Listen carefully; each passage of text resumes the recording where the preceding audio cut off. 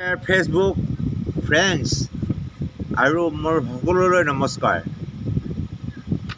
মোৰ এটা YouTube channel আছে। চেনেলটো চাৰ্জ কৰিলে পাব আপুনি। চেনেলটোৰ নাম ধনিশা খটখটি বুলি আছে। আপোনালোকে এই চেনেলটো চাৰ্জ কৰিব আৰু ছাবস্ক্ৰাইব কৰিব। ছাবস্ক্ৰাইব কৰিলে এনেকুৱা ভিডিঅ' আৰু বনাবলৈ পাৰিম।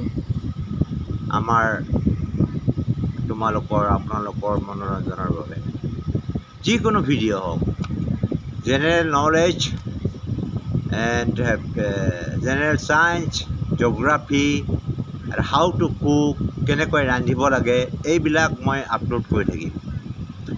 আচ্ছা, আজিৰ কাৰণে আহোঁ পাৰ্চিয়ান চিকেন কেনেকৈ বনায়। দিছ কল পাৰ্চিয়ান চিকেন। ইয়াত কি লাগিব?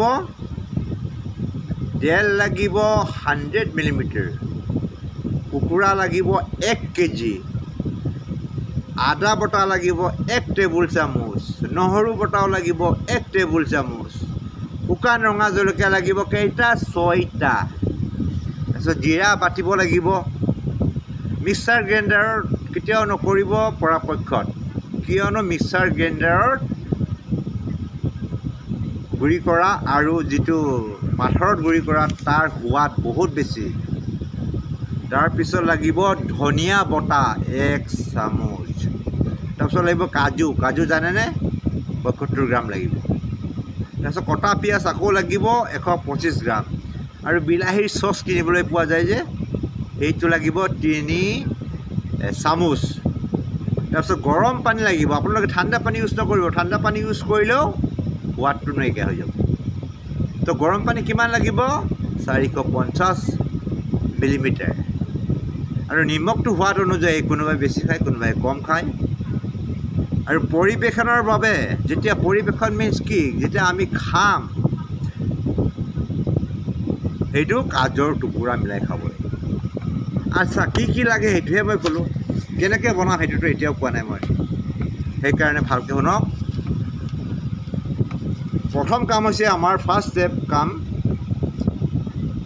কুকুৰাখিনি টুকুৰা কৰি ল'ব। চাফা কৰি কুকুৰাখিনি ভালদৰে চেপি পানী আঁতৰাই ল'ব, নহ'লে সোৱাদ বেয়া হ'ব পানীখিনি। তাৰপিছৰ পইণ্টলৈ যাওঁ। কুকুৰাৰ টুকুৰাত আদা আৰু নহৰু বটা সানি 1 ঘণ্টামান ঢাকি থ'ব। বুজি পাইছেনে? আৰু 2বাৰ লৰাব। তাৰপিছত থাৰ্ড, এই যে শুকান জলকীয়াৰ কথা কৈছিলোঁ, শুকান জলকীয়া কেইটা নাকাটি পেলাই নিদিব, ফালি দিব মাজত। ফালি গৰম পানীৰে ভালদৰে ধুই 5 মিনিটমান ভিজাই ৰাখিব লাগিব জলকীয়াটো। তাৰপিছত মিহিকৈ বটি ল'ব। তাৰপিছত কাজু বাদামৰ কথা কৈছিলোঁ যে, নেক্সট ষ্টেপত গৈছোঁ। কাজু বাদামৰ কথা কৈছিলোঁ যে, কাজু বাদামখিনিও 15 মিনিট, অতি কমেও 15 মিনিট, তাতকৈ বেছি কৰিব পাৰিলে ভাল। আপোনালোকে যেতিয়া এইটো বনাবলৈ যাব, তাৰ আধা ঘণ্টা আগতে এইটো তিয়াই ৰাখিব। কি তিয়াই ৰাখিব? কাজু বাদাম। আৰু এইটো মিহিকৈ বটিব লাগিব। আপোনালোকে শিলত বটিব, মিক্সাৰ গ্ৰাইণ্ডাৰত ইমান ঠিক নহয়। তাৰপিছত ষ্টেপলৈ যাওঁ। এটা কেৰাহীত তেল গৰম কৰি, কেৰাহী এনেকৈ হ'ব লাগিব নন ষ্টিক। বুজি পাইছেনে? নন ষ্টিক অসমীয়াত হ'ব যিটো মানে লাগি নধৰে আৰু। তেনেকুৱা কেৰাহীত তেল গৰম কৰি পিঁয়াজখিনি ৰঙা হোৱালৈ ভাজিব লাগিব। ৰঙচুৱা হ'ব লাগিব অলপ, কিন্তু বেছি হ'লে জ্বলি যাব আৰু কমটি হ'লে সোৱাদ নহ'ব। তাৰপিছত ইয়াত কি মিলাব? শুকান জলকীয়া মিলাব, জিৰা মিলাব, ধনিয়া মিলাব। চব মিলাই 2 মিনিটমান লৰাই ভাজি থাকিব। তাৰপিছত ভাজোঁতে তো শুকাই যাব, তো অলপ গৰম পানী ছটিয়াই দিব। তাৰপিছৰ পইণ্টলৈ যাওঁ। তেল যেতিয়া মছলাৰ বাহিৰলৈ ওলাই আহিব, কুকুৰাৰ টুকুৰাখিনি তেতিয়াহে মিলাই দিব। তাৰপিছৰ ষ্টপলৈ যাওঁ। মধ্যমীয়া জুইত, বেছি গৰমো নহয়, বেছি হিটো নহয়, বেছি লও নহয়, মধ্যমীয়া কৰি আপুনি গেছ বা ইণ্ডাকশ্যন যিয়েই ইউজ নকৰক, মধ্যমীয়া কৰি মাংসখিনি 8-10 মিনিটমান লৰাই থাকিব। 8 to 10 minutes। তাৰপিছত নেক্সট ষ্টেপলৈ যাওঁ। গৰম পানী ঢালি নিমখ ছটিয়াব। আগতে আপোনালোকক কৈছোঁ ঠাণ্ডা পানী কেতিয়াও ইউজ নকৰিব, সোৱাদৰ বহুত ডিফাৰেঞ্চ হ'ব।